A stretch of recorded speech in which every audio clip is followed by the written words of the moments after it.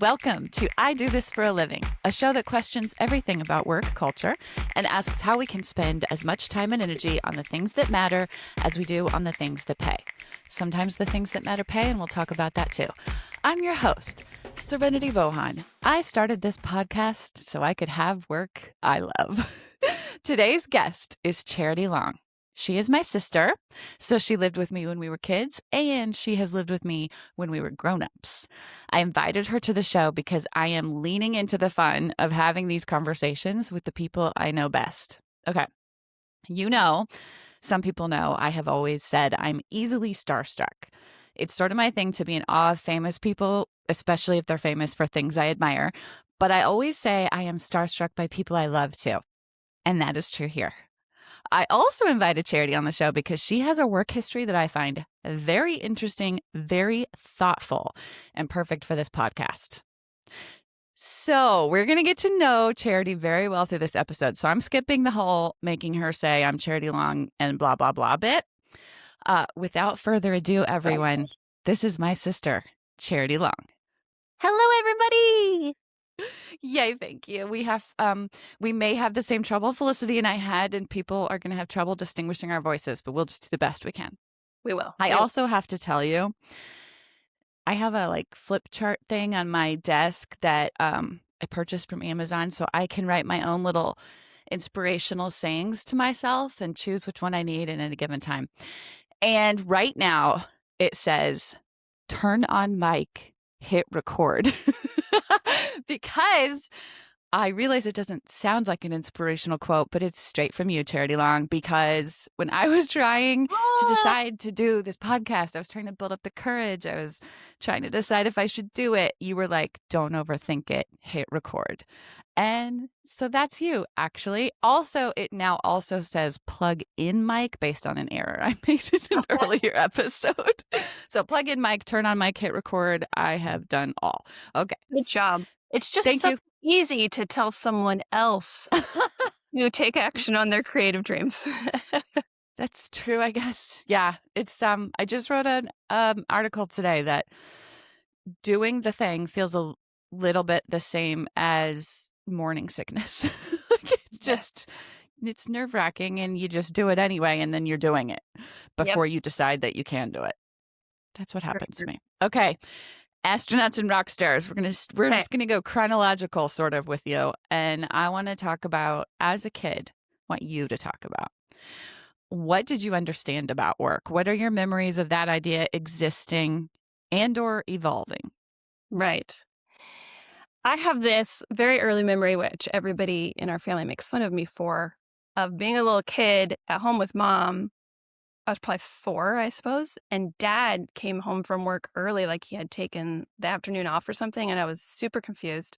And he was walking for some reason. I don't know why he was walking home, but he was walking down the street. And I yelled at him, "What'd you do? Quit your job?" I love that story. And now everyone makes fun of me. But so I remember Dad had a job. I don't think I understood that it provided for us, that it was the money. Yeah. Feeding us. It was just people have jobs. That's what they do. And then my other childhood memory is I remember being in the back of a car with Aunt Frankie for some reason. She was visiting. Aunt Frankie, it's like our cool Aunt Frankie from Florida. She was always fun and exciting, right? And she asked me, "Well, what do you want to be when you grow up, Charity?" And I said, "I want to be a singer and a mom." And her response was so like, "A singer and a mom. Yes." I don't know what she said, but it was like, "You can totally do that. Oh my gosh. That's a thing that people do." She was just so confident for me, and it was really sweet. Do you know kind of how old you were? I feel like in my head, I was like 8 or 9-ish. Wow. Yeah, little.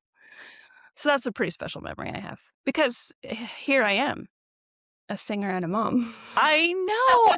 I love that memory. I love when we have someone. I love those defining moments. Yeah. And I really wondered how early you had an answer to that question, and it was what you are. So that was really the next question, and you answered both in one. Okay.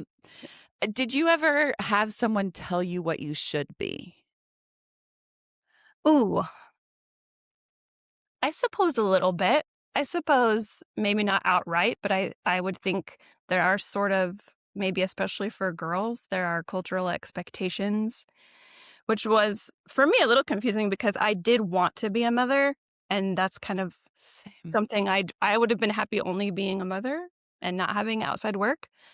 Um, but I suppose there was a little bit of culture involved in that too, that I assumed I would be a mother.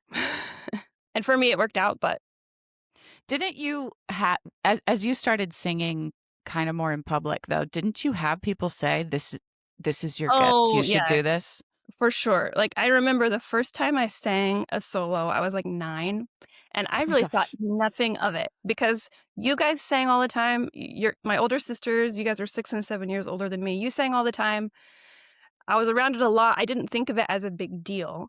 But Wow. I sang a solo, and I remember, like, the teachers and leaders coming up to me and being like, "You know that you sound really good, right? Like, like, I think you're gonna be doing this forever." And I was kinda like, "Huh, I mean, What? you know." Yeah. I didn't realize you didn't know what a big deal it was because, of course, Felicity's, yeah, in my experience, we had been singing together a long time and often duetting and things. And when you started singing, we actually had people say to us, like, I mean, you're just going to quit now, right? Yeah. Like, Charity's got this. Singing in Ah, the family, check. that's Felicity terrible. probably didn't get that as much as me because she had a specific role for her singing with Yeah, yeah. leading worship. But okay, that was so good. We're going to talk about billable hours in a different way than I have with others. I kind of want you to give us like I really don't want these episodes to feel like a job interview, but so try not to make this feel like a job interview. I will do But my best. I want you to like take us through your job journey. And Yeah, one time I heard it this way that we actually should do this in job interviews when people say, "Tell us about yourself," that what you can do is tell your work story kind of like, "I did this, then I realized blah and did this, then I realized blah and did this." So maybe kind of tell it that way. You're just sort of briefly take us through first job to current job. yeah. Well, I did, a Bible college experience after high school. So I suppose I kind of went post high school. I was kind of always thinking I would do something for church. But what is weird is that in our scenario that we grew up in, those weren't like jobs necessarily. None of our Word. worship leaders were on the staff. They were all Yeah. volunteers. So, I guess I never thought of it as a job, but I still probably just had no frame of reference that people needed money. So just pursued it anyway. Like, okay, I'll go to Bible college. I'll do the worship leader track. Obviously, I'm a singer, so that's what I'll do. But job wise, what happened from there is I actually got daycare jobs and nanny jobs. Um, and then I got married, basically. Well, I did daycare and nanny jobs while I was married, newly married. Um, but that's actually it, What right? was your Yeah. so I know I remember you worked in a Montessori. That was what you would call daycare? Yeah, yeah, It it was a was a Montessori Montessori. daycare. Yeah. Okay. Mhm. Cool. So do you think there was a part of you drawn to that kid thing for the same reason you were drawn to be a mom? Yeah, I mean, I think more than motherhood, I like kids. I like being with kids. Oh. I like teaching children. I don't love teaching adults necessarily, but I love spending the day with a 5-year-old. Yeah. Oh, So, that's so cool. yeah, That's a good thing to know about yourself, yeah, it is. and it's unique. Yeah, I mean, not everyone feels that way about 5-year-olds. that's true. Okay, so daycare's a nanny. Okay, Yeah. and then you got married. Yeah. You I had got married, kids. I had kids, and then Ryan and my husband Ryan does, music with me, so we were leading worship together, volunteering at our church, and then we switched attendance to a different church, and when we switched to the different church, it was a much larger church, and we volunteered there, and then sort of I just kind of fell into a staff position there in a way. I volunteered to lead worship, and then it was like, "Hey, we're starting a new campus."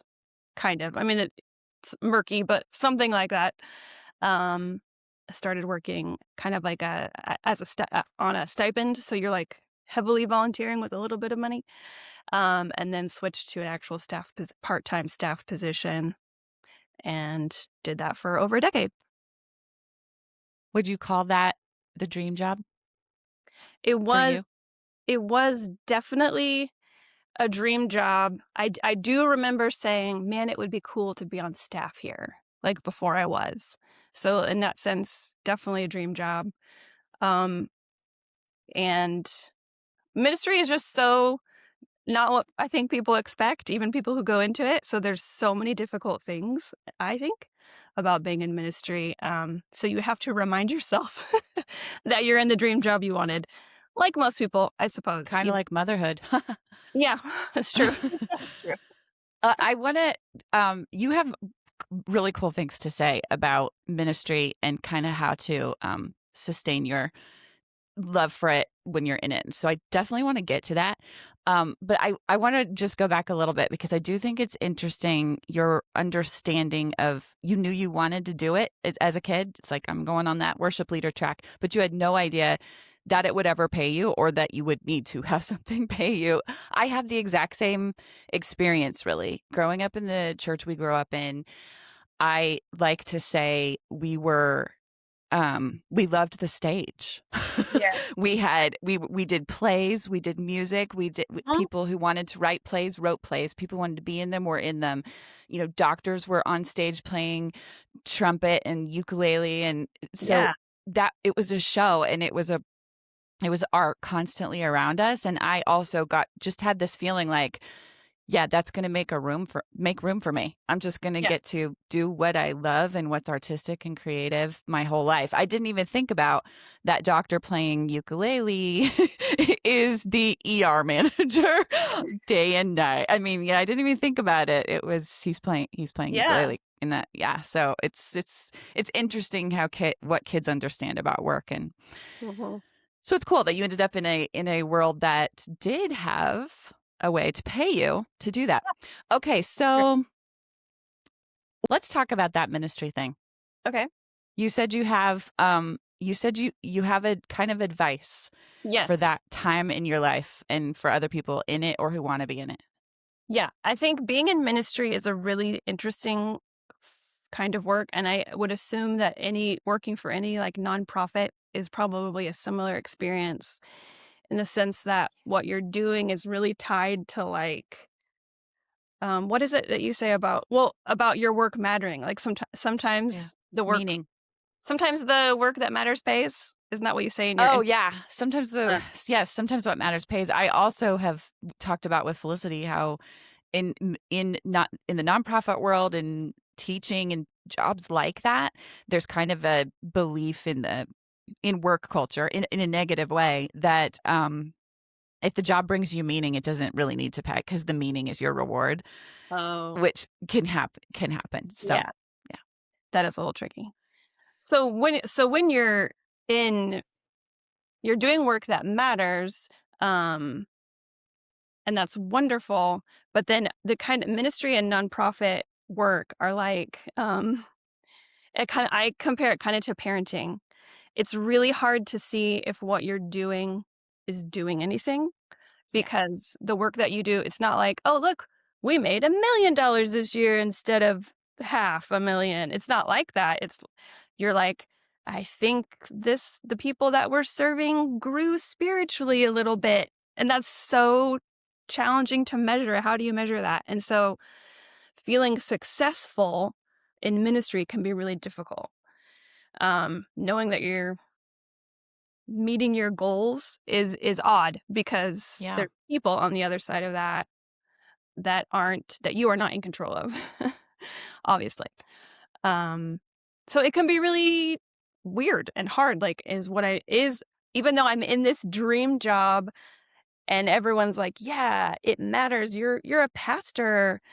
It's like, you also ask yourself, "Does this matter?" Because it doesn't feel like anything is changing. The same way that, like, as a mom or a parent of any kind, you can be like, I changed his diaper once and now I'm gonna change it again, and he doesn't care, and he doesn't thank me, and no one's clapping, and No it's one's clapping. kind of similar. Although, and then on the other hand, though, for me in my role, people were clapping, which is another thing that is challenging because I'm on a platform and I'm singing every Sunday. And afterwards, people are like, "You're so great. We're so thankful for you. We love you." That is something you gotta deal with as well. When you're leading worship, and the point is to point people to Jesus, but you're getting a lot of attention for it. That's kind of a weird thing too, but Okay, were these weirdnesses surprising to you? Like, oh, yes. this I didn't think about how it would be hard to measure success and I was surprised because I didn't think success mattered to me that much. oh wow. But I think then, because I'm just really chill and I don't have like, I'm not a super ambitious person, but to feel like there's no way to know if I'm doing good at this is My hard. goodness. Well, you're reminding me of this book I just read, How to Build a Meaningful Life, I think, with Dave Evans and Bill Burnett. And they said something that just blew my mind that sometimes when we're looking for meaning in life, we think that means one thing, impact. That's Mm, the only thing that brings meaning is, do I have an impact? And it's not. They're saying that's just one little piece of the pie and it's not even like the biggest piece. yeah. And so I wonder if if you needed other pieces of the pie in your brain when you were doing the ministry. Like, okay, impact is just part of it, but what about this and this and this? I don't know what it might have been. Yeah. Maybe how Because it fed you or something. yeah, because the thing about mattering and with I'm leading worship for people every week, and they are lovely people, and like I feel so appreciated and loved by them. But sometimes they will I've had people, come and be like, "Oh my gosh, this weekend I went to a huge stadium and Carrie Job was there and it was amazing and she's just the best worship leader ever." And in my heart, I'm like, "Cool, cool, cool, cool. I do this for you every single week." But Oh my yes, gosh. I'm really glad you had that life-altering experience with Carrie Job. And but in my heart, I know I'm like, what I'm doing for this person, and Carrie Job would agree with me, I think. The way I'm serving and taking care of this person is something that matters, and in the longevity of their life is actually probably more impactful than the one night that they were deeply moved by Carrie Job's worship leading. But you have to remind yourself of that. Like 52 weeks with someone, 52 times in worship with someone is making as much of an impact, if not more, than that one big night they had in the arena with a famous worship leader. You just have to remind yourself of that. Okay, I have to ask then, did you ever dream of the big arenas? Maybe not even in a church setting. I mean, your voice could sing anything. So Yeah. did you Oh, ever for dream of sure. I okay. always thought that's always how I pictured how my life would go, and it didn't go there. I suppose there's still time, but I'm 44, almost 44. So yeah, for sure. I thought that would be me. I thought I would be someone like Carrie Joe. Um, but I'm not. Did So you ever imagine how that would work with also wanting to be a mom? no, I never did. I You just didn't think about it. I Like, did not think about it. yeah, But when I became a mom, I was like, how do people I can't imagine having a world tour right now with this small child. yeah. Like, and I was really grateful that I was really grateful that if it was really I don't know that it is, but if it was really either or choice, I was glad I chose motherhood Oh my before gosh. kids. But See, I I ask myself that all the time. Was it either or? Did I even have, because sometimes I think it is. Like I chose being a wife and mom here in Northeast Missouri instead of maybe being an actress in Hollywood. But then I have to sort of stop myself and say, nobody was handing you the other one. knocking on your door saying, Uh-huh. "Hey." Yeah. That's true. So, which I don't think is true for you. I think there were people in your life I remember who were in the industry and said, I can get you in. There Right? I mean, I think for anyone who is an artist, there's things you could have done. There's doors you could have knocked on. There's people that you kind of know that, yes, for sure. But then I do also think there's that little bit of luck, so to speak, for Yeah, me artists. too. There's that one thing that happens and then it snowballs you. And I don't think that one thing ever happened for me. I can't think of something Okay. that, like, so in that sense, I suppose, yeah, maybe no one was really asking me to sing in arenas, I but don't know. Well, I specifically remember when you sang with, Al Denson, I'll a dance it. Christian artist, Al Denson, Oh, and yeah, yeah. I swear he said, like, I wanna connect you to this Yes. person and get you on the track." I never actually talked to him, but he Oh, talked about me to other people, but then nothing really happened. okay, nothing Yeah. interesting. So it wasn't you again, it wasn't you saying, "No, thank you." It was, "Well, nobody told me." Yeah. He never talked to me. Third person, someone's okay, interesting. So I angst about this constantly. Did I miss a did I miss the moment that could have or the hard work that could have gotten me in a place for the good luck? Do you not angst about it? Yeah, no, I do. Okay. And I think Ryan and I both do because it's kind of a team dream, I suppose, to make a living off of art, you Yeah. know. And we have tried a few things. Ryan and I sometimes say to each other that we feel like we always bailed maybe just before it was going to get good. Be- Oof. because there's so much hard work involved when it comes to creative pursuits, so much hard work with no pay for so long. Yep. And so we would work really hard and then be like, we can't sustain this pace. Like for a while, we did a YouTube channel called Parenting is for Losers, and we made Mhm. he wrote these really funny parenting videos, and it was really great. Um, and the ball was like slowly rolling, but it was so much work, and we weren't making money, and so it was unsustainable. So yeah, there's times where we think, gosh, if we had made one more video, or gosh, if I'd made one more album, yeah, I do get a little angsty, I suppose. Yeah, she has albums out there too, people. We will link to them in the show notes. And Parenting is for Losers is still on the internet, right? Yeah, it's The still there. episodes you did. Okay, so we'll link to that too. Mhm. Um, okay, so in a lot of ways, that worship job was your dream job. If Yes. someone described you and described that job, they would say, perfect match. Oh, for sure. S- Yeah, on paper, probably. So tell us in our in this segment, time to go, your quitting story because you aren't doing that now. So I want to Yeah. hear about that transition, and I do want to talk about what you're doing now too. But um, when did you know, or how did you know, or why did you know that Yeah. it was that you needed to quit that role? Yeah. So, working as a worship leader, a worship pastor, has some surprising things that once I got into it, I was like, oh, this is more than just singing on Sunday for sure. So, there's all these elements to it that I don't think I understood. So, you get into it, or I should say I, not you in general. I got into it and I was like, okay, this is different than I thought, but it's all right. And I had a lot of people in my life who were like, we can develop you and we're going to help you learn these skills of like pastoring and detailed skills. I'm basically a manager of a team of volunteers, Oh boy. is kind of basically the job.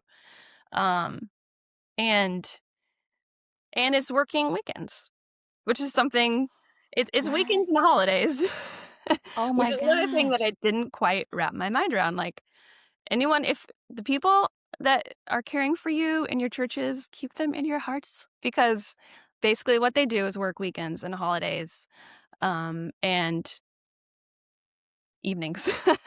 Oh my um, gosh. and for Wow. any job, that's a challenge. Like anyone who works a job of any sort, nurses, police officers, that kind of schedule is really challenging. And Yeah.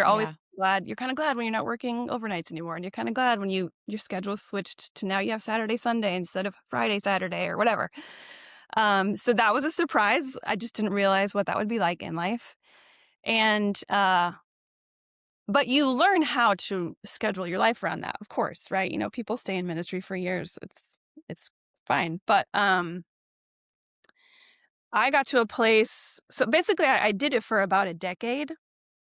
And all within that decade, there were always times I wanted to quit.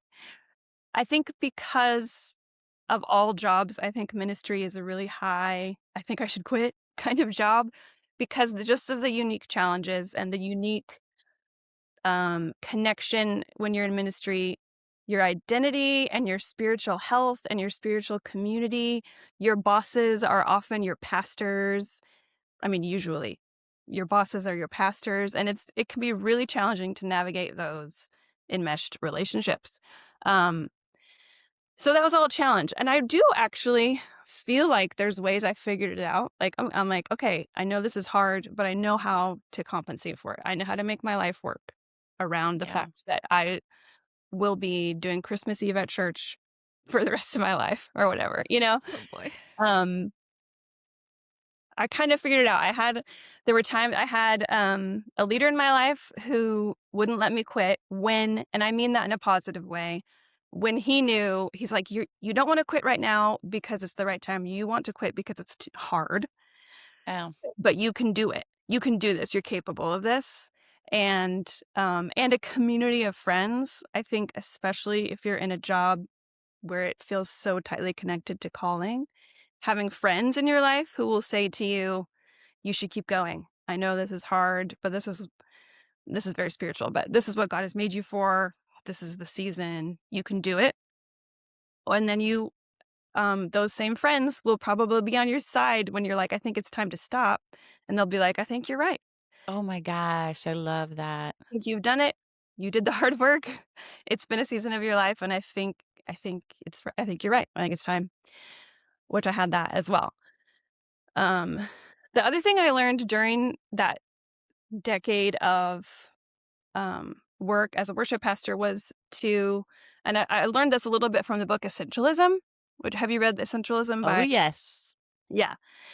One of the little things he talks about is that you're not a victim in any situation. Do you remember Right. that part of it? Where No, like, tell me. okay, so like everything, okay, and I'm not talking about personal relationships, but in your life choices, like what job I'm taking, all that, you're not a victim to those. You made those choices. And so switching that in my brain, because I had this kind of thought that like, well, God called me to be a worship leader, so I have to. And so it's so hard, and it's because God called me to do it. I just have to suffer through it. When I'm like, no, no, no, no, no. I, first off, chose to follow Jesus. That's my choice. And second of all, I chose that this is how I'm going to follow him. I chose that Yeah. this is the way I'm going to serve him. There's a million other ways I could serve him, and he would be cool with it. But I chose this one. I chose this staff position. And I realized that I was doing it to my kids. Like I was making my kids victims when they weren't even feeling that way anyway. But I would be so sad for them. I would like in December, I'd be like dropping them off at grandma's. So I have to go to I have to go to rehearsal for Christmas Eve service. I'm so sorry. I hope I can't be here having hot cocoa with you, but maybe grandma could. I don't Oh know. my gosh. Goodbye. And I would like feel guilty and bad. Meanwhile, my kids are like, woohoo, we're going to grandma's for hot cocoa. You know, they didn't care. And I even asked them in this switch of my job, I'm like, are you guys like relieved that I won't be in ministry anymore? Is that like, you're like excited for that change? And they were all like, what are you talking about? Oh my goodness. Like, our life has not been hard. This has not been difficult for us. And so I realized I was doing that kind of early on and that I needed to switch my brain and be like, well, for one thing, you get to go to grandma's and make cookies tonight in December. Yeah. You go to rehearsal. I'll see you later. And this is something we're doing together as a team because for our family, serving the church is something we're going to do forever, no matter whether it's on staff or not staff. So let's do this as a team. And part of your role is that mom and dad are going to rehearsal tonight and you're going to go to grandma's and have fun. Or, hey, you're going to come with us to rehearsal and eat Chick-fil-A in the sanctuary Mm-hmm. while we rehearse. And they actually have really fond memories of that. Of course. While I was feeling all angsty, like my poor kids not having their parents in December. And they didn't feel that way at all. So letting go of that victim mindset and being like, no, this is what I chose. This is what I wanted. This was my dream job. Mhm. This is the dream situation. And the other thing that helped me in that season was when I read that book, which I know you read as well, and I can't remember 4,000 Weeks? Yeah, I think so, 4,000 weeks. Yeah, and in it, the guy talks about cosmic insignificance and how much pressure we put on ourselves for every little decision in our lives. And it sounds so sad, but it's actually really liberating to tell yourself, Yes. what I do with this decade of my life actually does not matter in the cosmos. Like, no one's gonna remember this. It's not gonna make or break history. Very, very few of us are the linchpins of history. And we We all don't want know we it want to anyway. be. We want to be, and culture, like you said earlier, culture tells us the only way that Mhm, you really matter is if you are making an impact, whatever that mhm. means. And so that's ingrained in us. But the truth is, just living a small life and loving your husband and loving your kids and having great friends and having a job that pays the bills is good enough. And you're not going to miss some vast eternal plan doing the good enough thing, I Oh think. my gosh. I had the same experience reading that concept. I can hardly even repeat it and figure out why it's comforting because it does not sound comforting. It doesn't. Like, you're not really that significant in the cosmos, but it I is know. so comforting. I feel it when there was one time honestly, I was probably going through a cancer recurrence, but I pretty much could promise you what I was angsting about that day was my job. That's classic me. I have cancer, but I also have a job I don't like, and I prefer one over the other. But anyway, um, and we have to drive to a big city, Kansas City, Missouri, to do my cancer stuff, and so we come from this small town and start melding into traffic everywhere. Every restaurant is packed, people everywhere.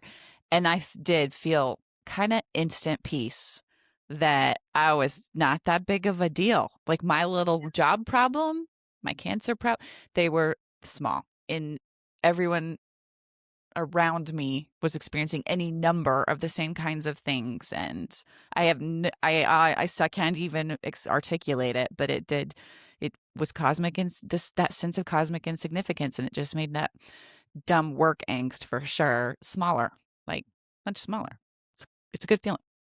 I do have friends who have significance is one of the Gallup Clifton strengths. It's yeah. Oh, It's called it is. Yeah, and some of my friends have that strength, and they hate talking to me about this. They're like, "This is not comforting to me. I do not like it when you talk about cosmic insignificance." But I don't have that, and so to me, it's like, "Sweet, I didn't miss some vast eternal plan. This is enough." I love that feeling, but people with significance don't. I have to go look at my strengths. Felicity and I talked about it too, and so I did look at it then. And I don't think significance is in my top 5. On the flip side, though, when I figured out my values, which is you can go online and find these tests where you just have a bunch of words and you just start circling the ones that you like and that matter to you, and then you start combining the ones that are similar and you narrow it down until you have 4 or 5 what you would call your values. And one of those for me, I have personally identified is significance. I want to do things that matter, Yeah. but I don't think it's in my Clifton strengths. And so it's interesting. I've just invented it for myself that I do care about being significant, but apparently it's not, I don't test that way. I Yes. test with a little chill. Like, I don't have to matter. It's fine. Um, So the way that I leveraged cosmic insignificance with work was that it's really easy to get caught up in these little tiny decisions. So, like in my role, there's things like you're planning Christmas Eve service, and I would get really in my head, like, I have to find the perfect song for the candlelight moment or whatever. And then I'm like, it doesn't really matter, actually. First of all, there's 12 carols. We sing them all. Just pick one of those. We're going to sing it again next year. Nobody cares. Um, and that is freedom, because that's like, okay, I don't have to spend here all afternoon thinking that the song I choose for the special moment in Christmas Eve is going to radically change people's lives.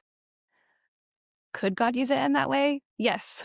But I don't have to fret about it because no one's going to remember it. If you ask Yeah. anyone, "What did we sing for Christmas Eve last year?" Nobody knows. No idea. But we spend so much angst on it. So, did this cosmic insignificance concept aid in your decision to leave the job? Yes, I think so. Because there's this thought, and I'm sure it's true for people in lots of jobs, like, but what if I'm gonna miss something here if I let this go? What if something is just around the corner? What if I don't know. I don't know, whatever it is that you're doing, whatever your job is, what if that big promotion is around the corner and I go somewhere else? Or what if that wasn't really a consideration for me because it doesn't really work that way in church world. But um yeah, I was like, okay, if I'm really free, if it really in a healthy way doesn't matter what I do, um, I definitely want to quit my job. I You knew it. knew. Yeah. So There came definitely. a point where you knew. And so then in that moment, if your boss, pastor, would have said, "No, no, you just want to quit because you're uncomfortable," you would have been able to say, "That's not true this time." Yeah, for sure. Nice. And Yeah. your friends And also kind of and I had really awesome boss pastors who really listened to me and believed me and understood me and, yeah, walked me through it, um, and agreed with me. I mean, on the one hand, what are they gonna do if I say I wanna quit my job? Like, seriously, be like, "No, no, no, no." They're not gonna do that because they love me. Um, yeah. How long would you say you were pretty sure you were going to quit before you quit? Like, when did you kind of knew, I think it's time, but then it was quite a while, I think, before you actually did. What What's was that time period? interesting is once I kind of had a season so if I could sum it up, there was a season of, "I think I should quit because this is too hard and I don't think I'm good at it," which was wrong because people were like, "No, you are. You're capable of this and you're providing value," and so then I got over that hump, and then there became a time where I was like, "I just really think I should hand this off to someone. Feels like someone else should do this. It's someone else's time to shine." But there was, like, no one. Just this is another probably church world specific thing, but there wasn't really anyone clamoring, so to speak, for my position. Um, Really? yeah, there wasn't like some young up and comer who really Oh, wanted it just didn't feel that way anyway. So I was like, okay. And I remember there was a time where I had been talking to my bosses actually for a long time of like, I think I'm supposed to turn this over to someone. And they were like, we're open. We just don't know who it is. And then there came a time where I was like, you know what? Forget it. No one is, like, coming through the woodwork here, so I'm just not gonna quit. I Let's just stop thinking about it. Let's stop thinking about me quitting, and from that point on, I was, like, in the zone, and it was great. what? Like, my job felt easy, it felt light, I felt like I knew what I was doing, I felt like I don't know, it just was this zone of, like, "This is sweet," and I did love my job. I love still my church is a great place to work. And yeah, it was just like this zone of this is great. I know what I'm doing. This is it. And then really honestly, really what happened was then Ryan and I hit a um job situation where it was possible that I could stop making money, like for our Oh, family. He got this kind of big promotion, and it was like, huh, I guess we could consider from a financial aspect, it would be simpler to consider this now. And when we got to that point, that's when I was like, it was a couple of things. It was the financial aspect, and then it was church staff taking us through the working genius thing. the With what now? I knew you wanted to talk about this. I was about to bring it up, but okay, what is the working genius? I've actually been told before and I've never read it or done it. I got to hear this again. okay, so it's the word I have it up here, so make sure I kind of say it because I actually didn't read the book, but it's the 6 types of working genius by his name is Patrick Lencioni, I think Lencioni.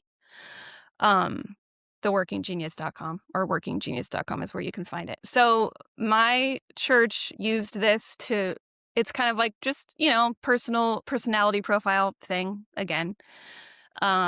And they had everybody take the test and work through what kind of type they are, what kind of working genius they were. And the way he uses it. There's 6 types, and they're categorized by altitude levels. So there's some jobs that are like 40,000 feet, or not jobs, some geniuses, some strengths, whatever, that are like 40,000 feet people. And then there's like 10,000 feet people and like on the ground people, right? That's how you can use that for your working genius and also for what kind of meeting this is, which is also What kind really, of what? What kind of meeting? yes, in your workplace. Oh, This is a 40,000 foot meeting. In this meeting, we're gonna what if and talk about how we could change things, yada yada. Because you know how that can be conflicting if one person in a meeting is what yes. ifing and the other person is like, I just need to know what to do this afternoon for my job. Yes. And then there's a clash. So it also turns out there's people who are just better at those 40,000 foot things and better at the 10,000 foot things, whatever. So they're called wonder, discernment, invention, enablement, galvanizing, and tenacity. They're named. You can go to the website and just kind of get the brief synopsis of what they mean. So we all took this test, and it turns out my working geniuses are all like the 40,000 feet ones. My top 2 are wonder and discernment. And wonder is like it's the 40,000 foot one. It's like you like to, well, let me just. The genius of wonder is the natural gift of pondering the possibility of greater potential and opportunity in a given situation. So you like dreaming, essentially. And my job was for sure not that. And it was really helpful to talk to people, even my bosses, and to have this language to show, okay, this is why I'm kind of losing my mind in some areas, is because I want to, like in my role specifically, I want to maybe I want to think how Christmas Eve could be even cooler or better. And I want to come up with ideas for that. But my job was actually just to make sure Christmas Eve happened at my campus. Tell Right? Does Give that us a few practical, like you literally had to choose the people, schedule them, call Yes, them, see if they I could. choose the team, but and I make sure that the technology works at my campus, like Oh if gosh. videos or we're playing tracks behind the music. Um, a lot of tech stuff was a huge part of my job, which was really kind of a nightmare to me. Wow. um, and it was just because of the way we organized, which you got to organize one way or another. So the way we organized was basically, it was chosen for you. Like Christmas Eve, this is your plan. Here you go. Here's the Christmas Eve plan. Make it happen in your context at your campus. So it was the 40,000 foot dreaming, which I was sort of a part of sometimes, but not always. But then most of my job was on the ground making it happen, which I realized I don't enjoy that. I don't Mhm. love putting all these details together. I don't love, I like one of the examples I've told people is I realized towards the end, if I get another text from like Central, basically is what we called them, like asking if the shade of blue looked good on our graphic and our computers at our campus or not. I was like, I don't care. I don't care about the shade of blue on the side screens. I just can't care anymore because it just wasn't my working genius. But it Oh was my so gosh. much of what I did that I was like, this is kind of why I'm dying inside, I think. And it was Okay, tough. can I take this moment Yeah. to applaud your people for taking you through a program that essentially led you to the decision to quit, and then they Yeah, supported your quitting. they I did. I think that is what I'm talking about when I talk about Yeah. work culture. It Yeah. is build your people, treat them like humans. Yes. Be willing to empower them, even if that means that it leads to them leaving you, because Right. the opposite is true.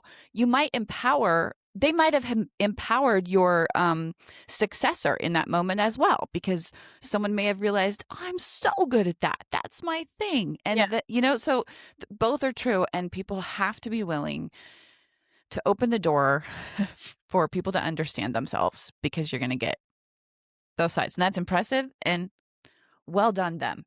Yeah, it's true. Okay. It was really, really a really healthy, awesome place to work. Sure. Okay, do you feel we have told your quitting story fully? Did we miss anything? Well, the other thing, maybe that just another piece of it that could make sense to people as well, if you don't understand working genius, is just I think it all also timed well with like being over 40 Oh. and understanding. I understand you and I know you and Fliss just talked about growth mindset and smart girl syndrome and that is like so important, but there's also that side of there are things that you're not good at and you're never going to be good at them. They're never going to be easy for you. This is not something that yes, you can always develop and grow and learn a new skill or um get better at something, but only so much when it's Mhm. not something that's naturally a strength. And so I Yeah. was like, I know I've hit that spot where I'm not, this is never going to be like making sure that the video is connected to the audio in the graphic, yada, yada. That's never going to be something for me that just fills my cup. It won't. Can I figure it out? Yes. But I'm dying inside and I will always die inside doing it. Oh my god. And we Right? did talk about that too. That Love Plus Workbook talks about how your strengths are not just the things you're good at.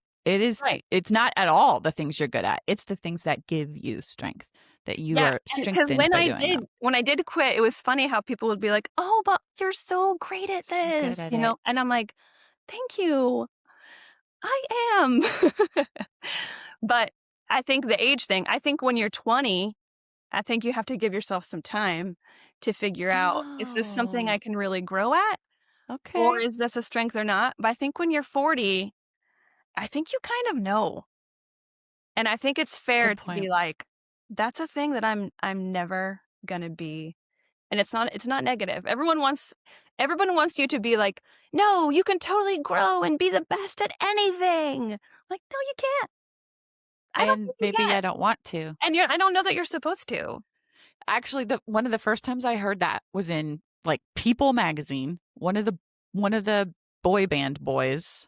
I think I could tell you which one it was. I think his name is Drew, and he was also in Dancing with the Stars, but I can't think of his last name. And he said that. He said, "It's not true that you can be anything you want to be. I couldn't have been in the NFL, period. I am this big." Yeah. But I can do what I am doing. That was maybe the first time I'd really heard someone say that, because the message is typically you can do anything that you set your mind to. And that's really not true. Um, Yeah. that's cool. Okay, so you figured out your working genius. You knew you wanted to quit. You had supportive people around you saying, "Okay, we understand and you can do it." What then was it like? What was the transition like? So I was strangely surprised at how difficult it was to sort of unravel the identity aspect of what I did. So letting go of you're no longer the campus worship pastor. That's not your title anymore. You're just a girl who volunteers here. Was harder than I thought it was going to be because I assumed Wow. I would be cool with that. But letting go of that was hard, and then not knowing where, especially because it was at my faith community, which I'm still a part of, so that I would go to like a prayer service or something with mostly church staff, and I would be kind of like, who am I in this room now? Oh my gosh. Like, who do I even say hi to or what? I felt oddly insecure about who I was because I had let go of a title. So that was actually has taken, I would say right now, a year later, I do not feel that way. I feel Okay. at home and comfortable in that world, even volunteering. I feel great. But it took a lot longer than I expected to let go of an identity that had defined me for so long. That's fascinating because I feel like I've experienced that, even that thing that people say, "You are not your job." And I always wanna go, "Heck no." Like, I know I'm not my job. My job Oh, is right. not meaningful to me. It is a paycheck, whatever. But then I realized kinda what you're saying. We do wrap it all up in our identity. It's so true. And potentially, especially if you're in that spot where your job is what matters to you. When that Yeah. meets for some people, I would imagine it's harder. do you feel as much I'm walking in my calling by worship leading on Sunday volunteering as you did as the worship pastor, at least now? Now I do, for sure. Okay. But then you would say it was a little muddy. Like, were you still doing the I just felt a little bit like, am I running away from what the Yeah. Lord has asked me to do? I still kind of questioned that in my heart, but Okay. now I don't. But it was longer than I thought that I felt that way. Interesting. Good thing for people to think about. Yeah. Okay. So, Charity, what did you do next? And was what you're doing now at all part of making the decision to quit the worship leading? What I'm doing now, that is Yeah, like was it not just I need to quit this, but I'm going to blah. it wasn't actually, I did not have a plan, which is a really Oh. stupid thing to do. Oh, you say? I think I say that in the Darn sense. you. I literally just saw a post yesterday that said, and I saved it on my phone, and it says, someone, hi, me. Should I quit my job or not? Be honest. And Charity is saying, don't do it without a plan. Okay. I would say in general, not knowing what you're going to do is not wise. But financially speaking, we were okay. So basically, I have Ryan to thank for this because he is supporting us, and I'm like getting to just kind of relax and explore, to be honest. And know that Excellent. sounds so diva and bougie, but like it's been almost a year that I've been off staff. And in my head, I had imagined that something really wonderful was going to happen. And I Oh, don't know exactly what I thought it was going to be, but I think I thought I would magically have all this free time. And so then I would write the next Caldecott Award children's book. I haven't done that.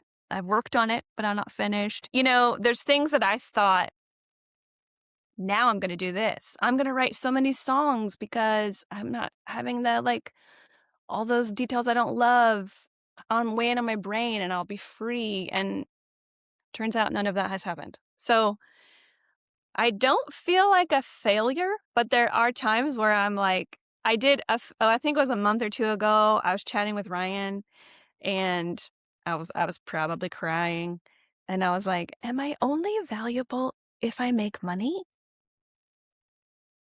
I think I was fighting the feeling, which again is a really weird feeling for me because I'm not an ambitious person, and I don't have these big businessy ideas and things, entrepreneur stuff I want to accomplish. But I just felt like, do we get our identity? Do we get yeah, I'm doing great because I'm making money? Because yeah. I just I couldn't. That's such a good question. I think we all had that. Okay, so many thoughts right now. But first of all, like this is the meat to me of your. There's so much interesting about your story of quitting kind of the dream job and why and the working genius. But now this is the stories we hear all the time are I quit my 6-figure job and then started this small business. It's what I was always meant to do. Yeah. I'm a writer, so the stories I hear all the time are that big publishing company turned you down. That was the best thing that ever happened to you because you were supposed to self-publish and then you became this bull. None of that has happened. and that's where you're living is. Yeah. I mean, I thought and I hoped the next thing was just right around the corner and it was going to come into my house Magically. uninvited and Yeah. say and rescue me, and that's I live there me Yeah. personally. And I think people have to I don't know, support we gotta support each other and take care of Yeah. each other in that uncertainty, and life is not maybe what you kind of thought it was going to be. Yeah. um so I love that. But I will also say you are so not doing nothing. You are freaking homeschooling your young children. Is Violet also homeschooled right now? No, No, yeah. I have 2 girls in high school, and then I have 2 middle school boys at home homeschooling at public high school, the girls, and then yeah, And you still sing. and I still sing. That is an interesting thing about my job that I quit. I actually still get to do my favorite parts of that job, which is Yeah. just straight up leading worship on a Sunday morning. I'm still doing that, and I'm on the same team that I was running, and the guy who replaced me is just a gem of a dude. He's the best. We've known him for years, and he's, like, so excited for me. He's like, "I cannot wait for this season of life where you're just gonna lead worship and not think about anything else." He's so great. So I'm doing that, which is so life-giving and wonderful. I can't get over how I lead worship on a Sunday morning, and it is I can't even put a number on it, but it's so much less exhausting than when I was the one in charge. Wow. It's the same hours that I'm at the location, same amount of services, but I'm not in charge of it. And so I'm just leading the worship, and it's just great. So I'm still doing that. Yeah, like as a volunteer. And then basically I've become a stay-home parent in our household. So Yeah. kind of a traditional, which is another thing that I made a big fuss about when I left work, because I really didn't want all the moms to think that I was just leaving to be a mom for some reason. Because I wanted them to know there was a lot of young mothers coming on staff at church, and I wanted them to know you can do this. You All absolutely right. can do this. And if you're called to full-time ministry, your kids are called to full-time ministry, and it's going to be great. And so I made a big fuss about I'm not doing this so that I can homeschool my boys, because I actually homeschooled while I was working. So I'm like, I'm not doing it to homeschool. I'm not doing it to be a stay-at-home mom. I really think there's something, I just don't know what it is, ahead, blah, blah, blah. And now here I am, just basically being a stay-at-home parent. I don't feel discouraged, but it is interesting. I don't think I thought I would be here a year At later. this point. Oh, Yeah, it's been a year. it's been a year. First of all, so those young women, you can tell them your situation where you thought you were depriving your children of so Yeah, much and they didn't give a darn. They were totally fine. So you do have a yeah, great message to give working moms in yeah. ministry. Um, the singing. Okay, so would you say does your story back up don't try to make money from what you love because it'll lose its fun? Oh, I don't want it to. I know. I Want don't want it. it to either. I said it with a like cringe on my like, don't tell me that's what you're saying. I don't think that's what you're saying. It's But not. it is interesting It is interesting. that And you're still when you doing it and you love it and you're having so much fun. Yeah, And you don't get paid a dime for it. yeah. It's where I am with writing. Honestly, I literally just let go of I just told myself, I want a thing that's really hard to get. Being a full-time paid writer is very rare. It's like winning the lottery, someone said the other day. Um, and I still want it, but I don't have it. And what I do have is I get to write whatever I want, whenever I want. And that is fun. And it brings me so much joy and strength. And so For it's where sure. I'm just going to live. Um, okay. Does your homeschool still have the most wonderful name I've ever heard for a homeschool? Oh, it does. Okay. Ryan named our homeschool. It is called Unparalleled Awesomeness Acquisition School. Because you can name your school anything you want, right? That's the Yeah, deal. I most mean, you're people like registered or whatever, but yeah, you have to have a name. Most people just do, like, long school, you know?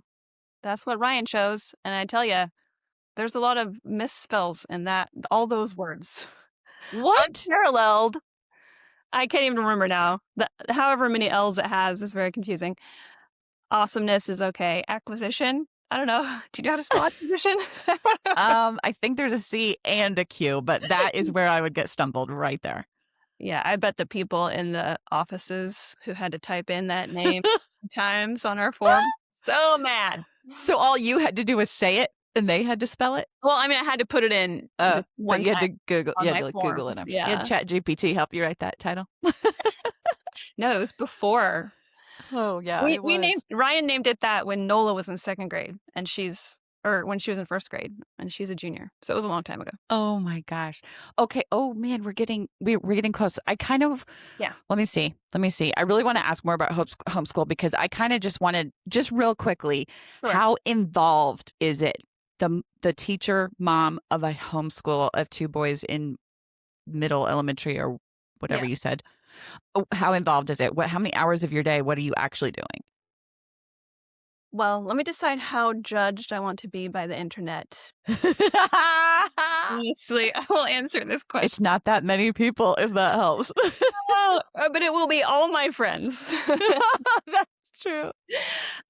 So middle school is actually pretty fun because they can read on their own, so they can teach themselves. I can hand them a worksheet and say, read the instructions and do it, right? Okay. In theory.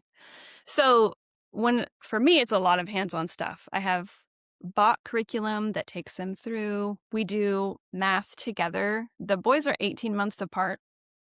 And so Oh, same traditionally, as Felicity and me. yeah. So in school, they're in different grades. Technically, they're 6th and 7th, but it is much easier to just do the same stuff together. So they're in the same level of math, and they do have their own language arts. Sorry, they're in 5th and 6th. They're going into 6th and 7th. Okay. It Uh, is late. Yeah, it's May, so. yeah, yeah. I was ahead in my mind, I but think actually this is going to air June 3rd, everyone. So they will be 6th and they 7th graders will. probably. Okay. And so then we do science together, we do history together. And I am just honestly, everyone has a different philosophy. I'm a little more free and open and like, what are you interested in? Let's learn something that you have interest in, at least. That's the whole goal of homeschool. That's the what I'm trying to say, the benefit of homeschool is that we Mm-hmm. get to study what we want. Yes, there's standards we need to follow, and the scary thing I will say that will probably make people go, oh my gosh, is that I have this kind of attitude of like, I'm sort of committed to homeschooling them through 8th grade. So there's a lot between kindergarten and 8th grade that you need to know, but you don't need to know any of it until the end of 8th grade. Okay. And so the pace is actually can be a lot different when you're just homeschooling 2 children. So there's things that maybe if the boys were tested right now would not match up with the grades with their graded peers, Okay. which for some moms would give them a heart attack, and they would be like, we have to work harder, and you can work as hard as you want. But for me, I'm like, we're just going to make sure we get that to 8th grade covered, Mm-hmm. and we're Mm-hmm. going to be fine.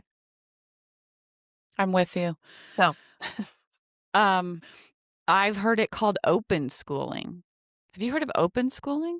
I haven't actually. The first time I heard the concept of ask your kid what they want to learn was a guy talking about open schooling. And I think that's what he called it. And he specifically was talking kind of the same way, but his kid was upper high school, like where they would be graduating high school if they were in a traditional school, and had not had a very traditional education. But then when it came to open schooling, it's what do you want to learn? What do you want to do next? And we'll decide your curriculum from that. And the kid decided, I want to go to college. And once that was the goal, then that shaped the curriculum differently and more because they had to pass certain markers or whatever to go to college. But it was their Yep. choice. It was a really intentional decision. I like that. Yeah. Okay. Let's oh, do we have time? Yeah. Let's just play a quick game with you to see if we can help you find your next thing if there indeed is supposed to be anything different than what you're doing. So this is called Ooh. Endless Possibilities. Okay, wait. So before we play this game, can I say one little thing? Yes. And maybe this will help after I play this game. But something I'm hitting right now in my life is realizing that when you are a person who has a very forward-facing skill, for me, it's singing. Uh-huh. I'm a very good singer, right? And Yes. I mean, in like you could be on the radio Mm-hmm. levels, and so because of that, I think it's hard for me to see the other things that I potentially am good at because I'm like, but I should be singing because that's the best thing I do. I'm a singer. And I'm kind of like Okay. stuck in a rut. So like thinking about what's ahead, it's like, what if I'm never supposed to sing again? Like what if singing is not the future for me? What if there's some, you know what I mean? What if I'm actually good at something else, but I don't even know it because I've spent all this time just honing in and focusing in on this is the thing I do. I'm a singer. I sing. Have you seen the Taylor Swift clip where she says, they say the Jimmy Fallon or whoever it was says, why are you so good at this? Or how have you written so many songs or something? And she said, I mean, I'm not a well-rounded person.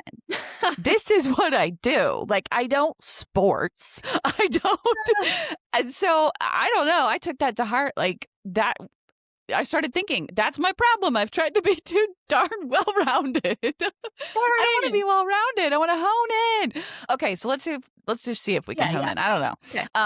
If you have no idea, just say I have no idea. Okay. Can you think of something that you would do if you knew you definitely could not fail? Yes. Well, what is it? Oh, if I definitely knew I could not fail and it would get chosen and published, I would write children's books. Oh my gosh. Yeah. Okay. Yeah. Interesting. I hope you heard my episode with Caroline Star Rose, I which talked about did. and you say it with delight. See, it kind That of was wonderful. terrified me. I was like, yeah, I don't want a 15-page editor's letter. Oh, yeah. But she loves them. I mean, she loves the revision. Anyway, okay. So cool. That's good. Okay. How about if you had just one day in the life of a blah? What would be an interesting one for you? I would pick Brooke Lidgertwood, who's a What? worship leader. Brooke Oh, worship. Lidgertwood is a worship leader. She was also for a long time Brooke Fraser. So she still kind of is. She kind of has like a mainstream music career and then a worship leading sort of career. And I think she is wonderful. And it would be fascinating to me to see how her life actually works. Okay, that's a fun one. I love that. Okay, how about if you could play one on TV? If I What could, would you play on TV? Then you really get to pretend this thing. that's funny. If I could play something on TV, I would play a mermaid. Oh, and that's funny because I don't really like the ocean. No. But if I was a mermaid, I wouldn't be afraid of the ocean. Oh my gosh. I love that. That was such a fun answer. Okay, how about if you bumped into yourself as a high school junior or senior and could drop a hint? What would it be? Oh, just a hint, or I get to like tell her something. Either way, this is your fantasy game. You are going to make a really good choice when you get married. Oh, I love it. That's what I would say. But I I wouldn't love it. tell her. But you wouldn't tell her. I know you have a whole song about that, which Yeah. is so cute. Oh, I can't believe I didn't really get to Costa Rica, and you're going to have to go soon. But I want to talk at least really briefly about Costa Rica because you did this awesome thing with your family last year, 3 years ago, 2 years, actually. 3 years. I know. I know. Time. It is nothing anymore. Okay. Where you took them to do schooling for several weeks. Tell me what it was and as quickly as you can, kind of how Sure. you came to that. But I do want to say that so you and Ryan are the center of many aha moments in my life because of things you would say Oh, to me. And one of them is when you guys did that Costa Rica thing, I said to Ryan, I want a Costa Rica. And he said, what do you mean by that? He didn't say it like that. He just, what do you mean? What do you yeah. mean when you say a Costa Rica? I said, well, I guess I mean something people sort of talk about and say they want to do someday, but they don't do it. And saying that made me then realize, oh, I did write and publish a book. That's a thing. That's a thing people say they want to do, but they never do. And I Yeah, did it. So sure. for my definition of what Costa Rica was, I guess I kind of have done it, but tell us about it. What made you guys do that? What got Our the idea? Costa Rica was literally Costa Rica. I came home to well, we had friends who had been visiting back and forth in Costa Rica, and they said there's a language school there, and people bring their kids, like whole families come. And I said to Ryan, I think that would be awesome if we could take all 4 kids and live in another country we were there for 10 weeks. We went to Costa Rica, went to language school together. And it was a really fascinating experience and really so happy we did it. Our kids are just now asking to go back, though, Oh, wow. because there were some parts of it that were actually so challenging that they were so happy to come home. Um, we did language school for 10 weeks, and what we should have done maybe was done 2 weeks of school and 1 week off, 2 weeks of school, Oh, 1 week off or something, because it was school heavy. It's a 4 hours straight of language immersion. But my kids, they were 7, 8-ish, yeah, 7, 8-ish, and, like, 12, 13-ish when we did it, and the boys still have, like, a reservoir of Spanish that they don't even like, their accents are pretty good, or because they were there and they were so young, and that when you're so little, you take on an accent a lot better. wow. Happy. And, yeah, we did it.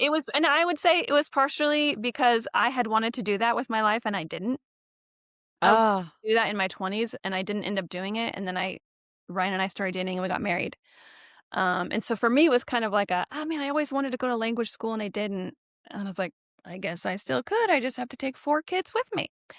Um, so I know that it benefited them, but I also have to admit that it was something I wanted to do, and yeah. do you have advice for people for how to get in a position where you can do something that off the beaten path? I don't have advice per se, but I will say we are not rich and we still pulled it off. So Yeah. it sounds like something that only wealthy people do, but we made it happen. And partially because we had sort of a windfall of money from COVID. You know, how people they just gave us money at COVID. Do you remember? Yeah. And so we had a little chunk of change that we used for that. Oh, And then right at the time, I guess this is a little unique. At the time, Ryan had a job where he was, for one thing, able to take 10 weeks off, but he also worked a little bit from Costa Rica. So I guess that's big. that's part of it. But my job was, I can't Forcibly. do my job remotely. And so I just took 10 weeks off. And It was like a did they call it like a sabbatical kind of thing? they ended up, yeah, part of it did end up being a sabbatical for me, which was cool. So part of it was paid.